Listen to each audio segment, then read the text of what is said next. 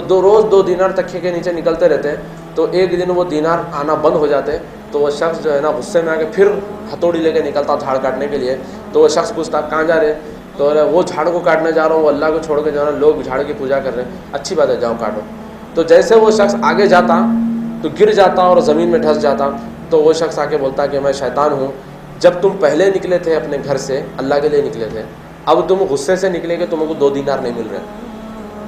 تو شیطان کیا کرتا کہ ڈائریکٹ ہم پہ حملہ نہیں کر سکتا, تو اس طریقے سے وہ ہتھ کنڈے اپناتا ہے, اس طریقے سے وہ چالیں اپناتا ہے تاکہ پہلے آپ کا عقیدہ اور ایمان خراب کرے, پھر آپ کے اوپر حملہ کرے. چلیے آخر میں آپ کو 2-4 چیزیں بتا دوں کہ کون سے وقت جنات اور شیاطین دنیا میں پھیلتے ہیں. کون سے وقت؟ مغرب کے وقت برابر. اللہ کے رسول صلی اللہ علیہ وسلم کی حدیث سے آپ صلی اللہ علیہ وسلم نے کہا کہ جب شام بڑھنے لگ جائے تو بسم اللہ کہہ کے اپنے دروازوں کو لگا دو, اپنے مشقیزے جو ہوتے ہیں پلیٹ برتن وغیرہ اس کو بسم اللہ کہہ کے بند کر دو, اور اسی طریقے سے بتیاں بسم اللہ کہہ کے بند کر دو, اور اپنے بچوں کو مغرب ہوتے ہوتے اپنے گھروں میں لے لو, کیونکہ اس وقت شیاطین جنات ساری دنیا میں گھومتے ہیں, نکلتے ہیں. اور تعجب کی بات یہ ہے کہ اسی وقت ہم جو ہے نا پارکوں کو جاتے ہیں, لمبینی پارک, NTR پارک, یہی وقت جاتے ہیں شام کو بچوں کو لے کے. اور یہی وقت ہے جب جو ہے نا پیرنٹس اپنے بچوں کو شاپنگ مالوں کو لے کے جاتے ہیں.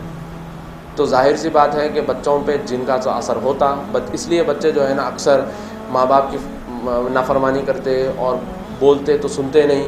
تو یہ ساری چیزیں جو اللہ کے رسول صلی اللہ علیہ وسلم بتائے ہم کو, ہم اس کو فالو نہیں کر رہے ہیں, اس لیے یہ سب ہو رہا ہے. تو بہرحال اور ایک چیز یہ ہے کہ کون سے جانور ہیں جو جن کو دیکھ سکتے ہیں؟ کتا اور گدھا. اللہ کے رسول صلی اللہ علیہ وسلم نے کہا کہ جب تم کتے کی آواز سنو تو اعوذ باللہ من الشیطان الرجیم, اللہ کی پناہ مانگو شیطان سے, کیونکہ کتے نے وہ دیکھا جو تم نے نہیں دیکھا, یعنی کہ اس نے جن کو دیکھا. اور اسی طریقے سے گدھا بھی جب آواز دیتا ہے تو وہ جن کو دیکھ کے آواز دیتا ہے. اور اسی طریقے سے اور ایک جگہ اللہ کے رسول صلی اللہ علیہ وسلم نے کہا کہ جب تم مرغے کی آواز سنو تو اللہ کی رحمت طلب کرو, کیونکہ مرغے نے فرشتوں کو دیکھا. تو مرغے فرشتوں کو دیکھتے ہیں اور کتے اور گدھے شیطان کو دیکھتے ہیں. اور اسی طریقے سے میرے بھائیوں ایک حدیث جو بڑی عجیب ہے, اللہ کے رسول صلی اللہ علیہ وسلم نے کہا کہ اونٹ جو ہوتے ہیں یہ جن سے بنے ہیں. اس لیے اللہ نے کہا کہ اونٹ کا جب آپ گوشت کھاؤ گے تو آپ کا وضو ٹوٹ جاتا ہے, اور اونٹ کے طبیلے میں نماز نہیں ہوتی. اور اکثر یہ محسوس ہوا ہے کہ اونٹ کے طبیلوں کے آس پاس جنات بہت پائے جاتے ہیں. یہ حدیث ہے باضابطہ اللہ کے رسول صلی اللہ علیہ وسلم کی. چلیے آخر میں ایک چیز یہ ہے کہ اگر آپ کے گھر میں جن ہے, آپ کو پریشان کر رہا ہے, ستا رہا ہے, عام طور پہ ہوتا ہے کہ ہم بندش کرواتے ہیں لوگوں کو بلا کے کہ فلاں بابا فلاں پیر آ جائیے, بندش کر کے جائیے. تو وہ بولتے ہیں کیلے لاؤ, بھلاوے لاؤ, نیمبو لاؤ, وہ لاؤ, یہ لاؤ. تو وہ کیا کریں, بندش کر کے جاتے ہیں. تو بندش کرنے کے لیے آپ کو ان کو بلانے کی ضرورت نہیں ہے, آپ اپنے گھر کی بندش خود کر سکتے ہیں. بڑا آسان طریقہ ہے اس کا, یہ سب کرنے کی آپ کو ضرورت نہیں ہے. اور یہ جب لوگ آتے ہیں تو اگر آپ کے گھر میں, اگر اللہ نخواستہ آپ کے گھر میں کوئی ہے تو یہ لوگ باضابطہ آپ کے گھر میں جنات اور شیاطین کو چھوڑ کے جاتے ہیں تاکہ وہ آپ کو بار بار پریشان کرتے رہے اور وہ آپ بعد میں بابا بابا کہہ کے ان کے پیچھے جاتے رہو. ہم جب دور جہالت میں تھے تو اس وقت مستان بابا کے بڑے مرید تھے ہم.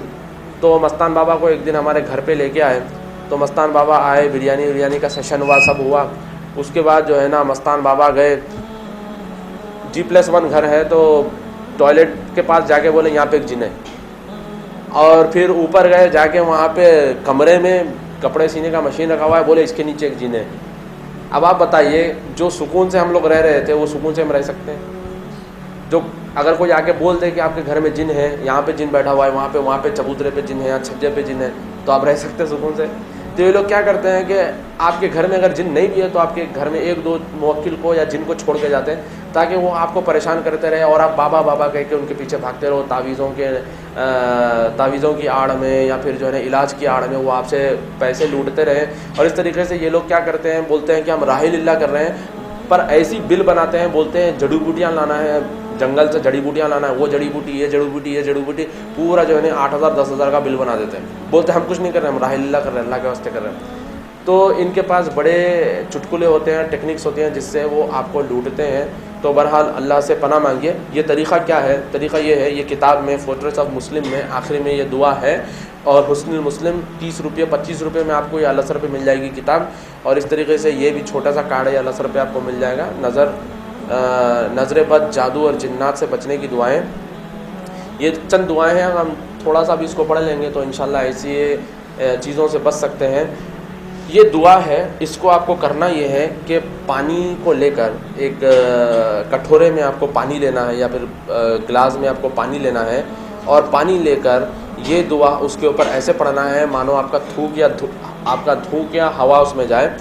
اور آپ کو پڑھنا ہے اعوذ بکلمات اللہ التامات الذی لا یجاوزہن بر ولا فاجر من شر ما خلق وبراء وذرا ومن شر ما ينزل من السماء ومن شر ما يعرج فيها ومن شر ما ذرا في الارض ومن شر ما يخرج منها ومن شر فتن الليل والنهار ومن شر كل طارق الا طارقا يطرق بخير یا رحمان.